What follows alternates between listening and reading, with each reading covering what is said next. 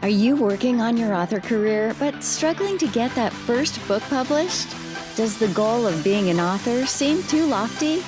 Or thoughts of having multiple books and making a full-time living are as fantastical as living in Cinderella's castle? Welcome to Discovered Wordsmiths, a podcast where aspiring authors can be heard. Join Stephen Schneider as he finds and talks to authors you may not know, but authors that have gotten their foot on the author career path. Hear what they've done to get there and where they want to go now. Settle back. It's time for a bit of inspiration and advice. Come listen to today's Discovered Wordsmith. We do quite a bit. The craft. Yes. And the publishing, the business, and there's a whole lot to it now. So you said you wrote the Choose Your Own Adventure books almost as an experiment, which I thought was great because I did the same thing with a few nonfiction books. I wrote them to see if I could do it, to see what it's like to publish, see if they would sell, see how all of that jazz. So what were some other things you learned from writing the Choose Your Own Adventure books that are helping you now writing the thrillers? Get a cover that showcases your genre. I say that because we were very fortunate that we had a great cover artist who did the first two covers for a series of Fun Mistakes. He donated them and he is very talented. He is a comic book artist though. The covers, people contacted us and said, I don't have all the images. I don't have all the illustrations. And that was something that we had not thought about. So the last two books go more along with the genre. So I would say your cover is extremely important. Study others in your genre and don't feel bad if you think I'm stealing from them. Everybody steals from everybody else. Okay. If you are writing a mystery and there is somebody with a magnifying glass and a trench coat on another book, see how that book sold. Okay. Maybe you need something just like that or just a variation. And the other thing I've learned is to listen to your fans. I had no intention of writing an entire saga, 4-part series, until the fans started saying, where does it go? What's next? And then it really helped me get feedback to start saying, okay, let's take the character in this direction. Let's see what people think. Let's listen to our launch team and see what they think about this. So it really was something, listen to your fans and get a cover that fits your genre. There you go. And I agree. I've heard over and over and over again, even from J.D. Barker. I mean, J.D. Barker's been with Jim Patterson on the New York Times bestseller. And he said, if the guy over here in your genre is selling books and he has a girl looking to the left and there's a sunset behind her, you should put a girl looking to the left with a sun, and it's not because the cover is what people need to say, oh yeah, I like that type of book. It's not to say, oh, the story in that book looks great. Right. I mean, you don't see a vampire book with just like a ship on the cover, okay? Right. Well, it might take place on a ship. I mean, but you need to see something that is vampire related. You need to see fangs, you need to see blood, you need to see a bat, you need to see it. But, if it takes place on a ship, then maybe you see like a figure in a cape, Dracula on a ship, but you don't have just a ship. Right. And I think it's changed through the years. I think sometimes people look at stuff from like the 70s that they read and loved growing up and they go, oh, I want it like that. Because you mentioned vampires. I believe King's Salem's Lot, the first cover was black with 2 teeth and red blood dripping off the one tooth. And that was the cover, which worked well at the time. It still may work well now, but you can't necessarily say what worked in the 70s works in 2020. So definitely. Yeah. And speaking of Stephen King, we listened to his book Later that came on a road trip recently. And the cover is a kid and a lady leaning against a car. Yeah. And it later is about a kid that can speak to dead people. But he's Stephen King. He can do that. Yeah. He's earned the right to just have a cover that just says it. Okay. Yeah. And it's interesting you say that because he's probably one of the very few that really could do that. Because even like James Patterson, which we've mentioned, he still gets covers that fit the genre. He writes in tons of genres with multiple people, but the Right. cover always fits in. I don't think very many of Patterson's books like do something stylish or whatever. You know what I'm Right. saying? So Yeah. there you go. So what software do you use to write with? And Let's what see. services do you like? Oh, sure. I would say I start with Scrivener. Actually, I start with Scalpel. Scalpel is a corkboard type program where you can go through and just move. You put in information and say, okay, Act 1, Act 2, Act 3, and then you move things around and see where they work. And from there, I move it into Scrivener, which is a word processing program. I use ProWriting Aid, which is a editing program that will tell me, okay, that's a little too passive, or that word doesn't exist. Will, you've got to come up with something. And then from there, I think actually one other thing I do is this is my Note 8. Okay. And the reason I love my Note 8, this is my favorite phone of all time. I'm not sponsored, but I have my stylus and I can write anything that I want right here. So Right. if we are going somewhere and an idea hits me, I can just jot it down and there you go. Oh my gosh. Yes. Well, cheers on that. Clink. Bing. Awesome, man. Yes. I love this thing. So that's generally what we use. How about you? What do you use? Pretty much the same setup. It's funny though, with the phone, more often than not, I've been using, I think it's Google Live Transcribe. And if I think of something, I'll just start talking into that and it just puts it on text and then I can just copy it over. That's awesome. I've got my voice recorder that when I'm driving and an idea hits me and I just say, oh, this. And of course, if I don't look at it within 24 hours, I go, what in the world was I talking about? Right.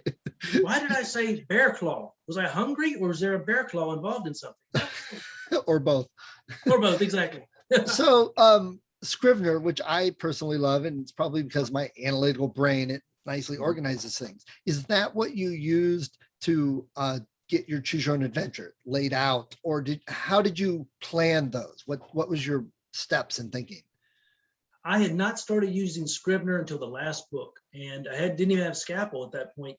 When I wound up getting Scalpel, it made it so much easier because I was completing a story and I needed to answer the questions that happened in Act 1 of the first book.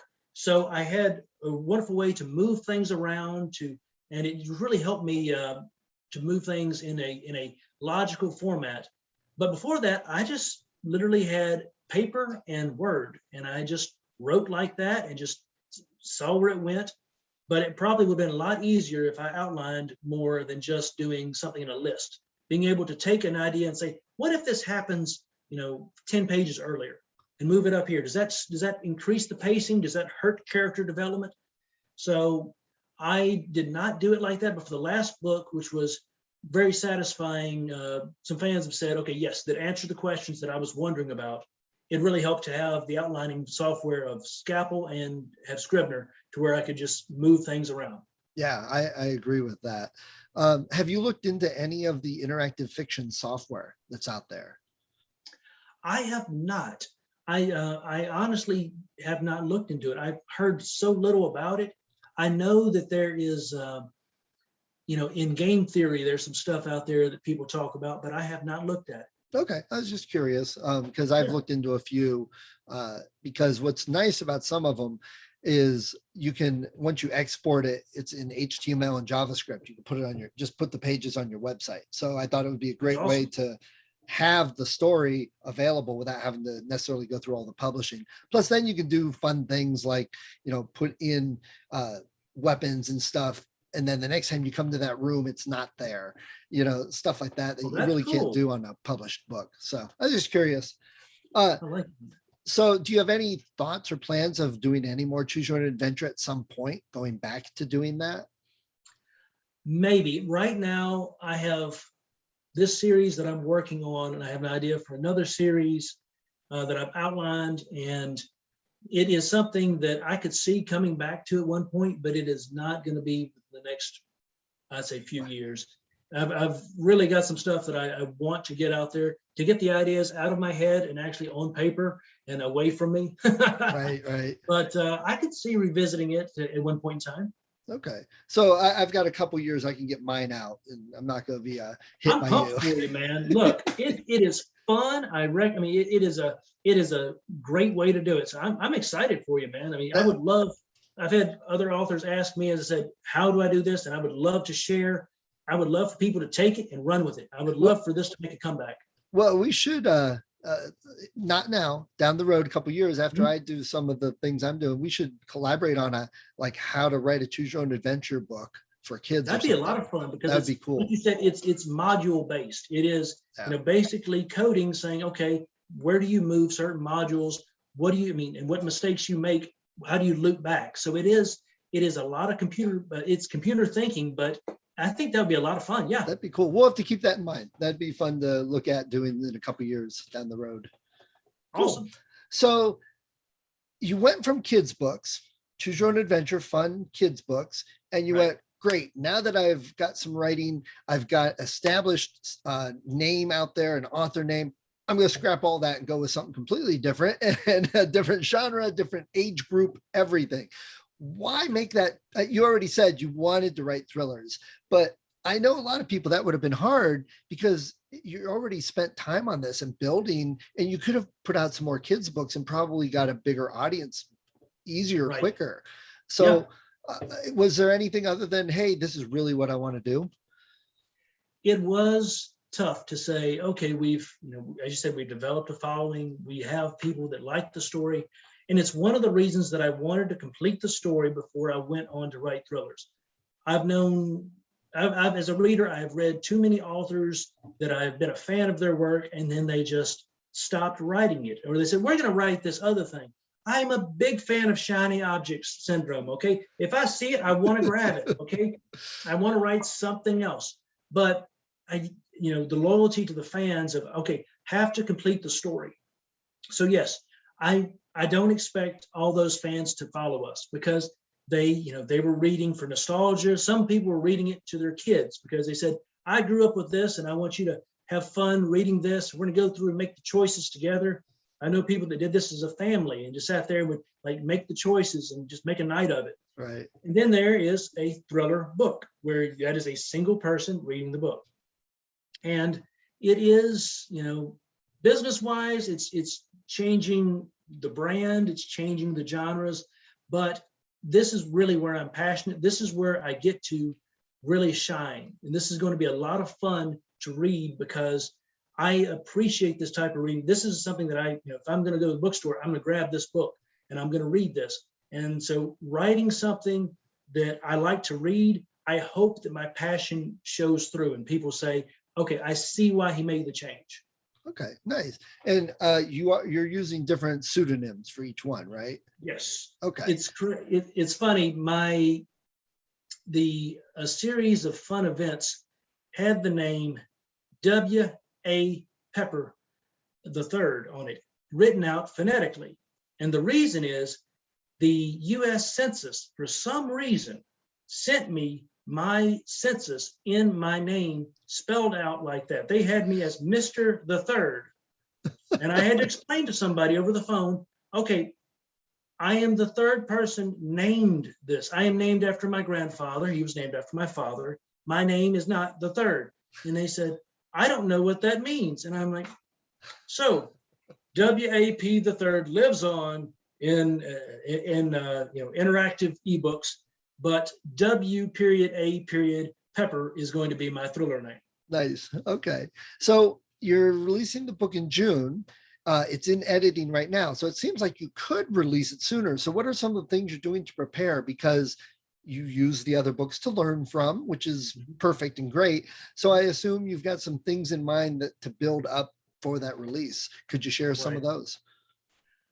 What we want to do is we want to have the book as ready as possible and get it out, advanced reader copies to people, to get them out to reviewers, get them out to people that are fellow writers, people that could give us some feedback that we could actually have build a momentum before it's just released.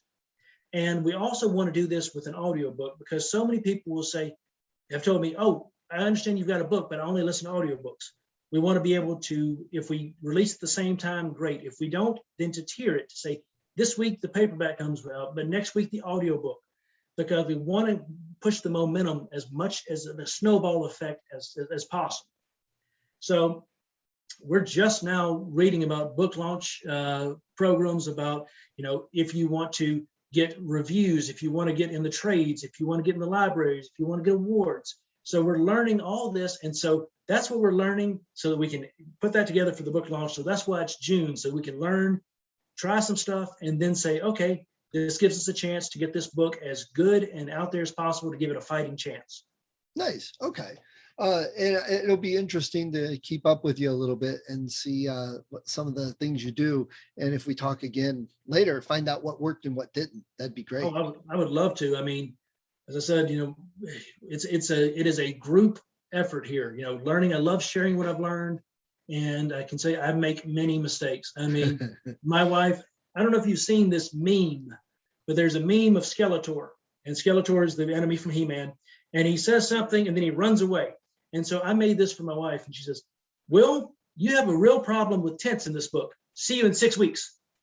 And I did. I had a problem with tense because I was not thinking about it. I was like, oh gosh, I want to write in present active. I want to do it like they did the Hunger Games, the Maze Runner.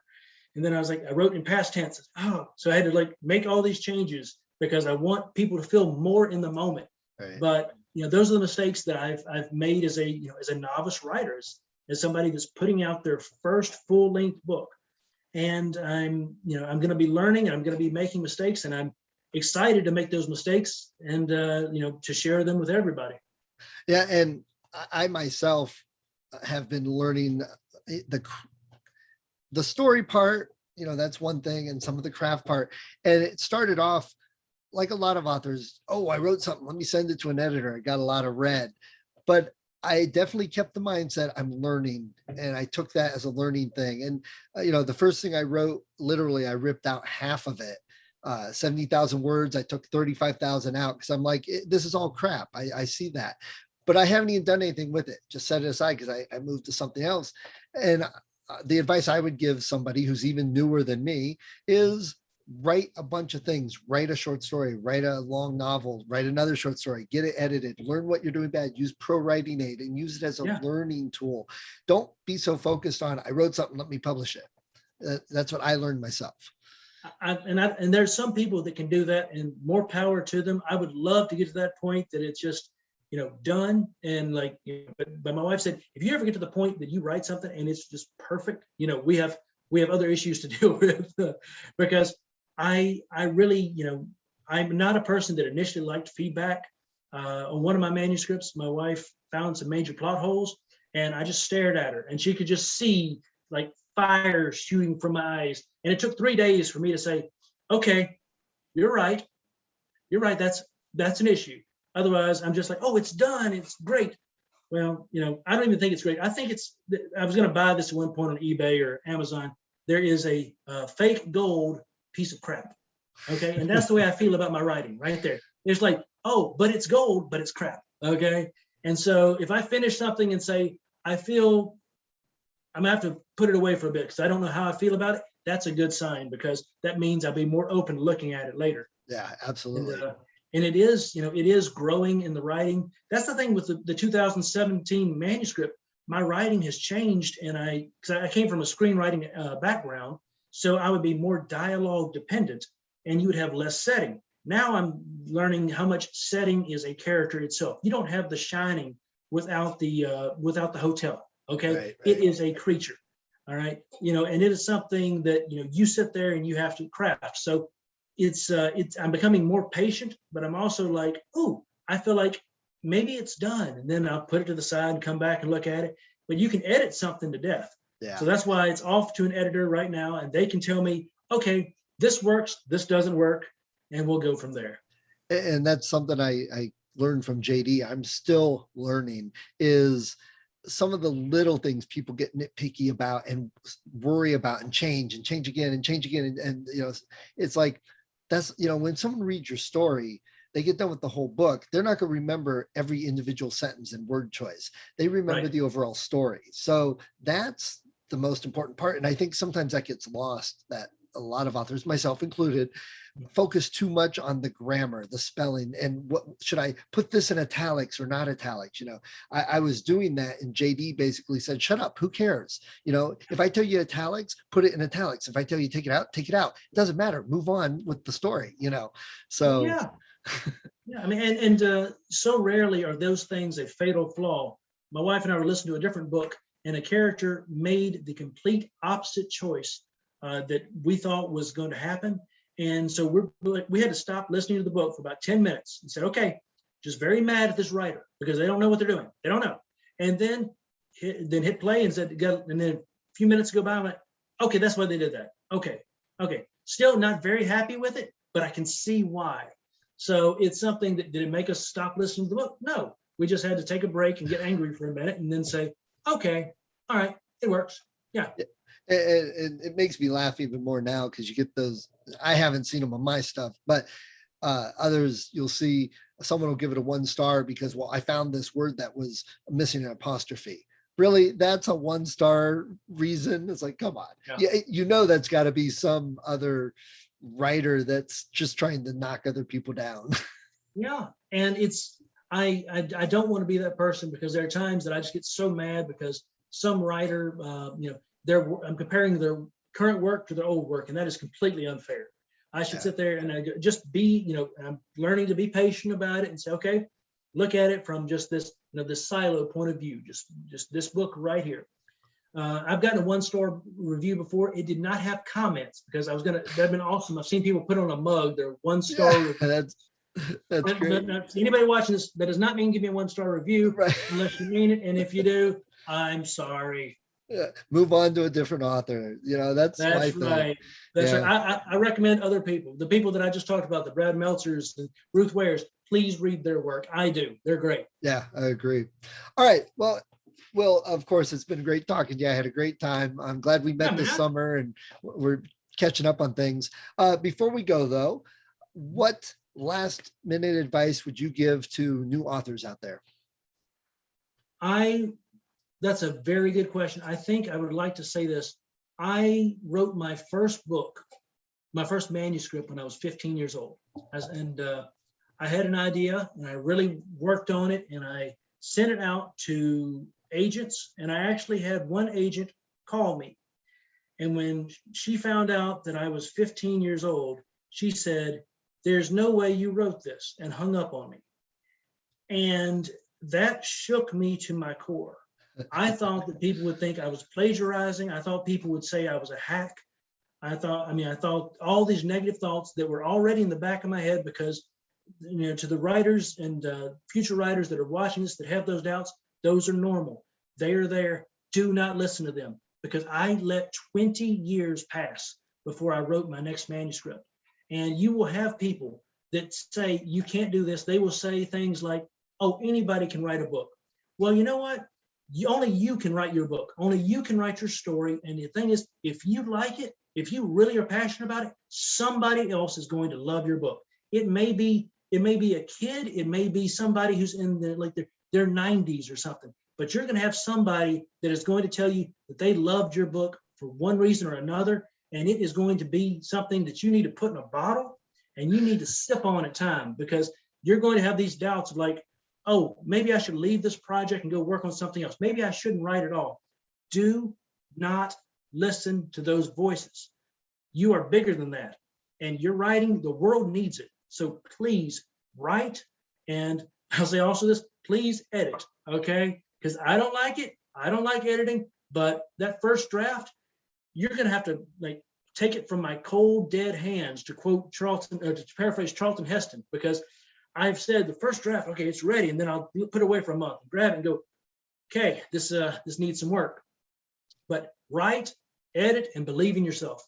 Yeah, and I would add to that, give yourself the mindset that the first 5 books are your teaching and training books, and look forward to the editing because that's your teacher.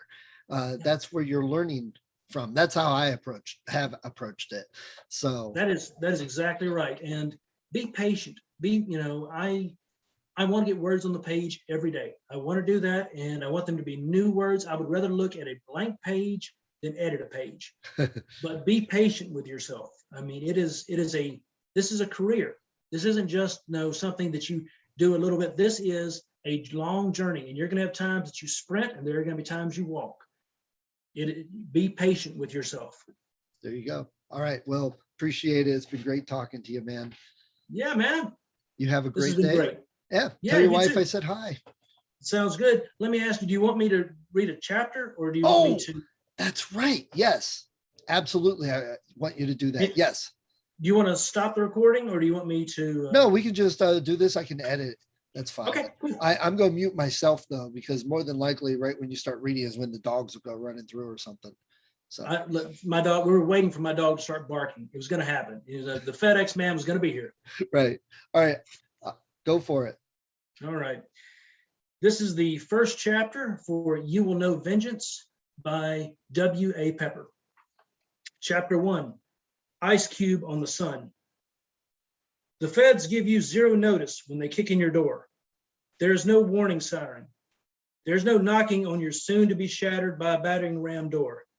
There's only silence before the calculated chaos. A loud crash awakens me, followed by what sounds like the rolling of tin cans along my hardwood floor. I jump out of bed just as a flashbang touches my big toe.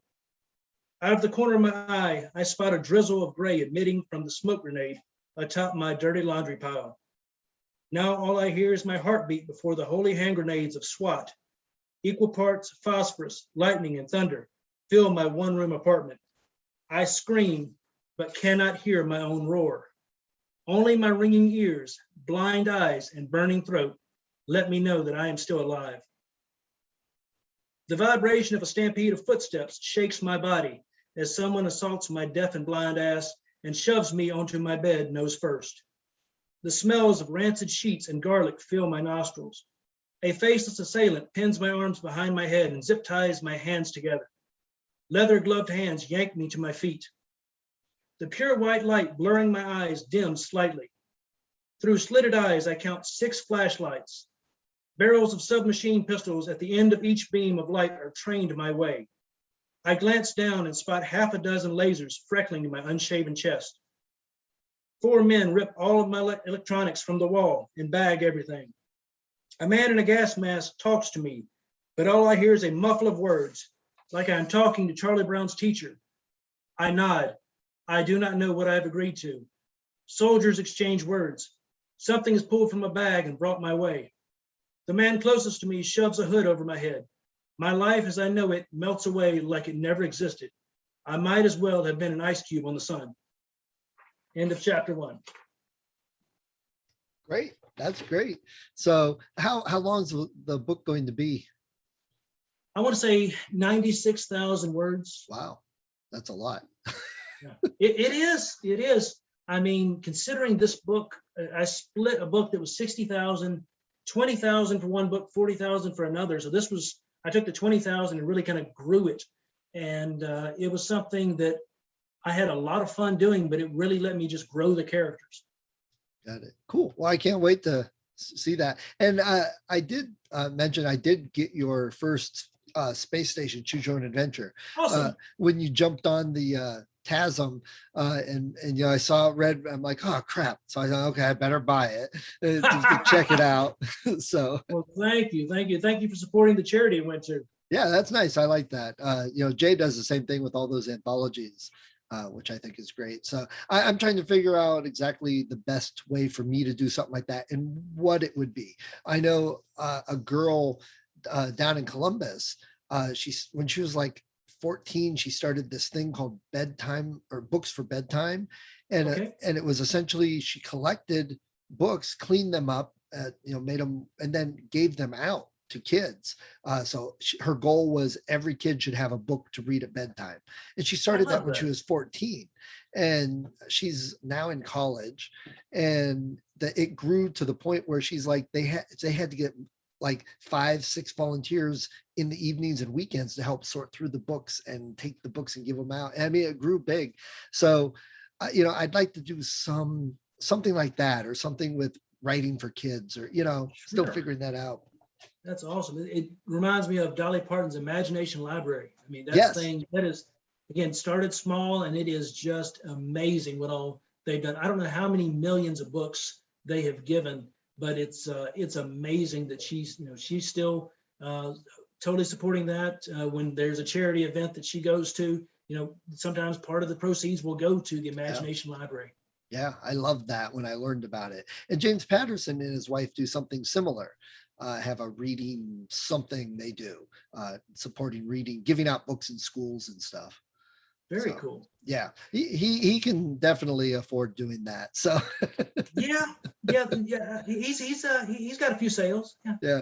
I don't know if you listen to Writers Inc. podcast. He was talking that he lives wherever he lives, or where somewhere in Florida, I guess. But James Patterson bought the house next to him, and it used to be John Lennon's house. So that is cool. Yeah. Talk about inspirational right there. Wow. That's really cool. Yeah. But I guess they were fixing it up and they were going to resell it. But I mean, it was something like 56 million. I'm like, holy crap. I just can't understand that number. No. that number is the same as like how many stars are there in the sky. Exactly. It means nothing. Exactly. All right, man. Well, let me ask you, when do you think you might release this? I need to look at the queue. It might be a little while because September. Again, wait as long as you want, because again, we don't come out till June. So that's what I was thinking. It'd be better. If you just want to backlog this one, that's fine, because we're going to be doing hopefully more podcasts and more interviews and things like that before the book comes out. Yeah, I was thinking that probably get a few more people interested, I hope. So sure. Yeah, I might just do that. But honestly, I was counting it up, and I think I have enough interviews backlogged right now that I could go all the way, or either already recorded or planned to go almost to February or something like that. That's great. So awesome. I was like, holy crap, I need to stop that for a while. That's some skill, man. Look at that. I love that. So yeah, it's cool. All right. So I will talk to you later, sir. Thank you, sir. Bye. Night. Thank you for listening to Discovered Wordsmiths. Come back next week and listen to another author discuss the road they've traveled, and maybe, sometime in the near future, it might be you.